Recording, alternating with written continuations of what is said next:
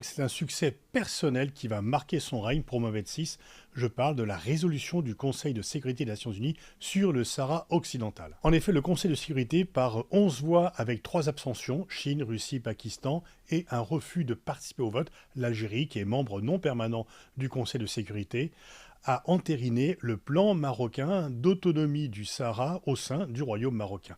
Ce plan a été proposé depuis 2007, il n'avait pas été entériné en tant que tel par le Conseil de sécurité, c'est désormais chose faite. Et c'est un succès pour le Maroc qui avait déjà obtenu la reconnaissance de la marocanité du Sahara par les États-Unis dans le cadre des accords d'Abraham, suivi par l'Espagne peu après et suivi par la France qui jusqu'ici se tenait à équidistance par une décision du président Macron l'an dernier. Cela a été célébré comme une victoire en fait en Coupe du Monde, comme une victoire pour un match de football dans les rues et certains proposent même de faire du 31 octobre une date de fête nationale. On sait que la question du Sahara, elle n'est pas importante pour le Maroc, elle est existentielle, que après le retrait de l'Espagne de ce territoire après la mort de Franco, le roi Hassan II avait lancé une marche verte pour occuper ce territoire de façon pacifique dont il revendique la souveraineté.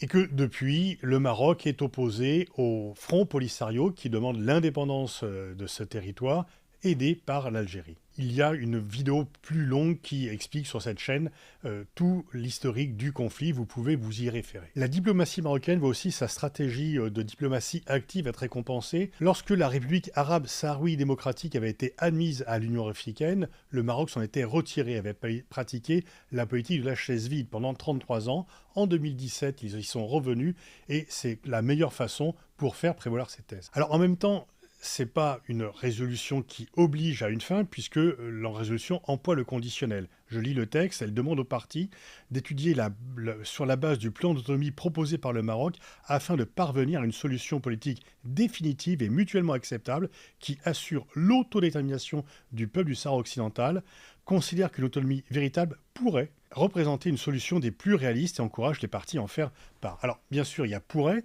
donc c'est pas devrait, et on reconnaît donc le droit à la souveraineté du Sahari, sauf que ce que dit le Conseil de sécurité, c'est qu'en fait, le plan du Maroc, qui n'avait pas été entériné par le Conseil de sécurité depuis très longtemps, l'est désormais, et qu'on y voit la seule issue.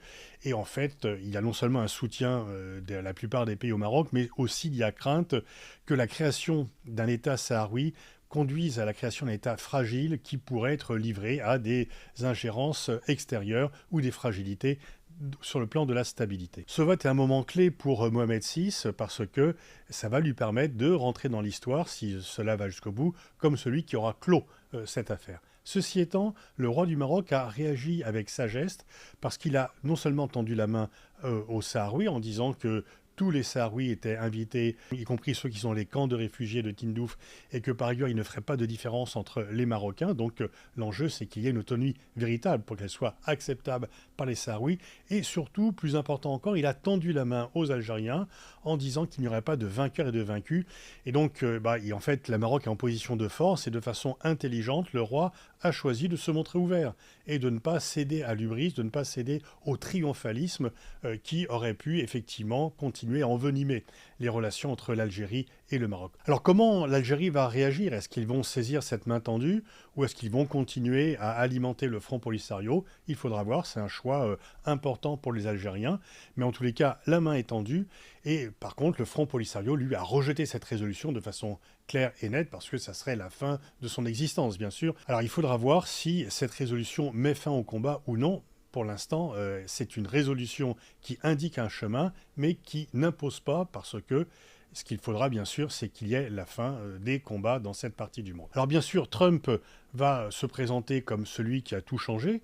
Alors il est vrai que son action a été déterminante, aussi bien dans son premier que dans son deuxième mandat, mais une fois encore, ce n'est pas encore la paix véritable. La paix reste à construire. Il y a un cadre qui est très favorable au Maroc, mais qui peut donner quand même des garanties à l'Algérie.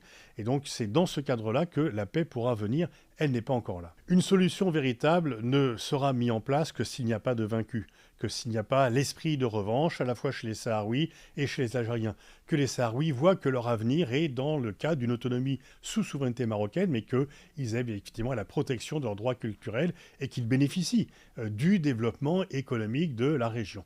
et que l'Algérie se dise de toute façon les vents sont contraires, on ne pourra pas faire marche arrière. Il n'est plus possible désormais de remettre en cause ce plan du Maroc. Il ne sera peut-être pas accepté tout de suite par les populations sur place, mais en tous les cas, les pays qui l'ont soutenu ne viendront pas se déjuger pour ne plus soutenir ce plan du Maroc. Donc c'est bien sur cette base-là que les négociations doivent s'ouvrir. On verra combien de temps elles vont prendre. Mais la meilleure solution pour toutes les populations, c'est que les négociations ouvertes de tolérance aient lieu le plus tôt possible, qu'elles soient conclues et que la stabilité et que surtout la coopération entre l'Algérie et le Maroc puissent revenir à des jours meilleurs.